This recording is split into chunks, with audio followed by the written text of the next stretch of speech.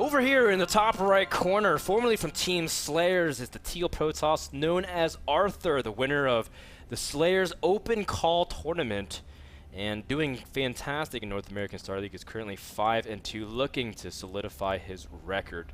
In the bottom left, we have from Team Root Gaming, it's MaSa, the Korean-Canadian, who still represents North America, but also one of the top talents. People are looking to players like him and Illusion for some of for Terran results, which actually brings me to say good luck, Illusion, by the way, in the Blizzard World Championship, the Battle.net World Championships. I would like to see some foreign Terran rise up. Chris has been practicing hard over in Korea. MaSa has been doing good work as well, though, and I'm so excited to see this game against Arthur. This is, to me, this is MaSa's proving grounds. A win here that just catapults him to, in my opinion, the top of the foreign Terran, or the North American Terran ladder, right? It's MaSa, it's Major, it's Illusion. These are the three guys. On some level, you want to talk about Select, but we also know that Select is basically retiring at the end of the season. So you know, if MaSa wins this, if he puts himself in a position to go far in our playoffs, I think you're looking at maybe the birth of like the next big North American talent. A loss here doesn't take anything away from the kid, but it just means that he's got some more development to do. That's right. It's not only just a win against a strong Korean, it's a win in his worst matchup in the time where it matters the most. It tests a lot of the intangibles that people really look for in the superstars, especially for tournament performances. And guys, Frodan loves nothing more than to test intangibles. It's his favorite thing. It's true. I always talk about intangibles, no matter what I do, Ben. If you talk to Frodan about rating players, he will break them down in like all these different ways. He'll talk about their macro, he'll talk about their micro, he'll talk about map awareness, decision making, positioning. But Frodan's favorite thing to talk about is intangibles. That's right. The confidence, the way they're able to conduct themselves, even the way players condition themselves in health. I think that's actually really important as well. Some players are just awful at taking care of their bodies. So, like, you would give Machine a very high intangible score. I would. You would. Also in his ability to basically be in a good mindset. Machine's like the nicest guy alive. You know Bryce, right? So what kind of intangible score would you give Naniwa? I'd basically say incomplete, because I wouldn't be able to give him a full grade. He's changing, man. He's in the middle of submitting his new report. You see his interview with Slasher? He's like a very cheery interviewee now. He's an awesome guy. I saw his interview with Rachel. I think all of Reddit saw his interview with Rachel of how that went. Rachel's got A+ intangibles. We've got a pretty aggressive opening coming here out of MaSa. Concussive Shell Marauder opening with a Reactor Barracks, cranking out some Marines. And it looks like Arthur's thinking one gate expand right now. We see the probe moving down to the low ground. I think MaSa could very possibly catch Arthur here, as long as he manages to kind of hide what his intentions are.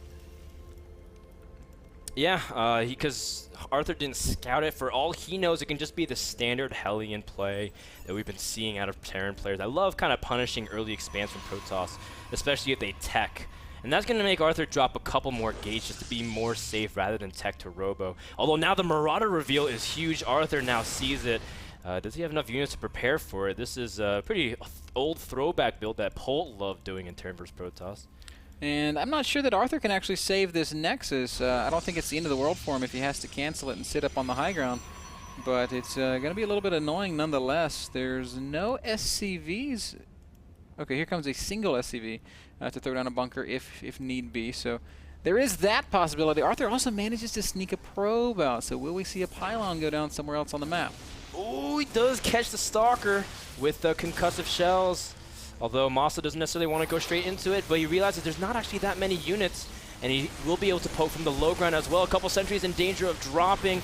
Nice win here for MaSa. I like that Arthur's not necessarily trying to adamantly defend his Nexus either, realizing I got to give up something here, waiting for more time. 3 gateways has finished as well, but MaSa picking off more than he should. Yeah, sentry going down there, and that's a little bit painful. This Nexus taking a lot of fire. There's 4 Stalkers, 2 Marauders. Arthur can't come down that ramp right now, Dan. He's bringing some probes as well. I guess he doesn't want to let the bunker finish. He realizes it's almost time. MaSa trying to rush over to the bunker. Is he going to be able to deny it? Oh, it's going to be close, but great play here from Arthur. He will shut this down. Fatality probes zapping that Marauder to death. And the expansion will be saved. Very well played there by Arthur. He comes out of that with a small worker lead and an excellent tech. MaSa did expand behind this. He's not dead in the water by any means. No, but he definitely didn't kill enough to, I think, justify the entire cost. You're supposed to be able to pick off a little bit more, especially if you get the bunker. MaSa tried to play it very thin and avoid the probes killing it, but just kind of hug the bunker and was able to do a little bit more damage. Great hold by Arthur. Now, we see that MaSa's already starting to transition by getting up more barracks and getting his factory. He can go for a little bit more aggression as soon as the medevacs come out. But because he invested so much into the early Marauders and the concussive shell, his gas count is pretty limited, so doesn't have that many options. And I feel like Arthur's in a very nice spot, Ben. Arthur's actually starting to get aggressive. He's pushing across the map with some sentries. We can see him warping in on MaSa's side of the map off of a pylon he made with that initial probe that he sent out. So we might be seeing... Well, he's only got 3 gates, so I don't think we're going to see a major commitment here. He might just try a poke, and upon which he's going to see, all right, let's not get too crazy. No. Well, one stalker poked a little bit too far. Arthur just setting up like the lightest contain you could possibly. Okay, not even really contain. He's just leaving. But he's forcing some SVs off, just making MaSa maybe think that he's going to go for some kind of counter 6 gate. But instead, really, we know what's going up. We see double forge coming out from Arthur as he's going to go for some very heavy upgrades, which is really strong on a map like Entombed Valley, especially if you go for like Twilight Tech and go for a fast third Nexus. That kind of style is very strong. MaSa doing a great job scouting and recognizing exactly what he's playing against. Sent out a Marine immediately and saw that Arthur had pulled back. And MaSa's reaction is to start a third command center. That's so bold. Yeah. I like it so much. We can see in Arthur's main base that he is choosing to sit back, go double forge. He's going to try to play the macro game from this position. And we're looking at an even-ish game. It's 37 SCVs to 53 probes. Arthur did a great job chrono boosting probes out and taking a worker lead. Yeah, and that's pretty much the kind of comfort you need, especially if you're going to squeeze out so many units. As you see, mass gateways as well as a Twilight Council. The only question is, when is Arthur going to take a third, or if he's going to take a third at all, and try to see if he can pressure. But MaSa has the initiative with these 2 medevacs, especially since Protoss still lacks mobility, Ben. It's going to be very tough for Arthur to defend multiple sides if MaSa chooses it, but he's going to go for a mass stim and try to poke up the ramp. Very bodacious move, but Arthur should be more than fine. Wow. Those are really great force fields by Arthur. That could have gone terribly, but almost perfect force fielding there. Keeps the majority of MaSa out of Arthur's face. And, oh, nice catch there. MaSa spots the Observer. And we'll manage to pick that off and shut down the vision of Arthur at least a little bit. Good play on both sides of the map. Third base is down now. Well, finishing, I should say, for MaSa. And so he is going to continue to build on this economy. He's actually going to be taking an economic lead here. Slightly, until Arthur chooses to fend off. He doesn't feel safe because he doesn't know what's going on with MaSa. In fact, his Observer got picked off. Nice drop position. Ooh, if he's able to pick off some of these workers and able to get out, then that's a great trade. Actually, killing off way more workers than he should. MaSa doing a great job positioning, especially picking it off. Medevac drops, but he got a great scout as well, seeing no third, seeing double forge, and even catching... Did he catch a glimpse of the Twilight? I think he did. No, he didn't, actually. That's a little bit unfortunate. Still fantastic play. Kills some workers, creates a worker lead for himself, and economically, he's in... just a wonderful position. If we look at the tech, if we look at the upgrades, we can see that it's all kind of close. 1-1's done for Protoss, not quite ready for Terran yet. And we are actually approaching a scary point in the game, as we've got Immortals out, we've got Zealots out, we've got a lot of sentries with energy out. And MaSa's going to have to mount a defense here. He does not have bunkers back at home, so Arthur could do some real damage here. Yeah, it's very interesting, too, because he went for Blink. If you go for Charge, that's normally the more aggressive type, but a double drop coming into natural, killing off lots of workers. This is going to force Arthur to commit to this third base, and MaSa can just lift, really, or he's going to go for the natural. Arthur has so many units. I don't know how in the world MaSa's going to hold this immediately. Probes, or SCVs, I should say, coming off the line. Big blink here by Arthur. He is going to crush everything in MaSa's natural. At the same time, MaSa doing massive damage on Arthur's side of the map. He's killed the natural. He's going to unpower all these gateways. This is a base race, folks.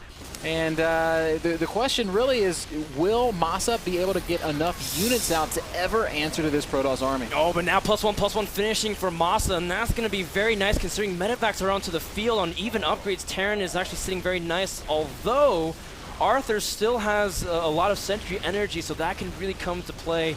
Both players' economies are pretty much shut down.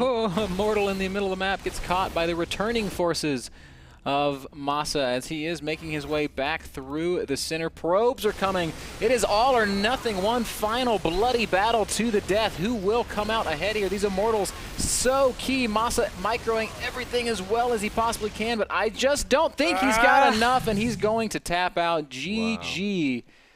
Wow. Exciting game number 1 between MaSa and Arthur, but ultimately Arthur with the stronger I guess punch. Yeah, it just has a bigger army, and the big thing that Arthur was waiting for was enough resources to make a Nexus, and they just did a mass exodus out of his base, realizing, you know, I can't even hold on to this base. Really liked the decision-making from Arthur as well, being able to just target down the natural and basically pick off things that are really high priority. It's very nice. The game brought to you guys by Azo monitors. Azo offers the best in gaming and production monitor technology. Head over to azo.com/NA where you can pick up your own Azo monitor today. So don't go anywhere, guys. Game number 2 between MaSa and Arthur, the battle for a potential second, or who's going to fall to maybe not even make the wild cards. We'll find out right after this break. Don't go anywhere. This is North America Star League.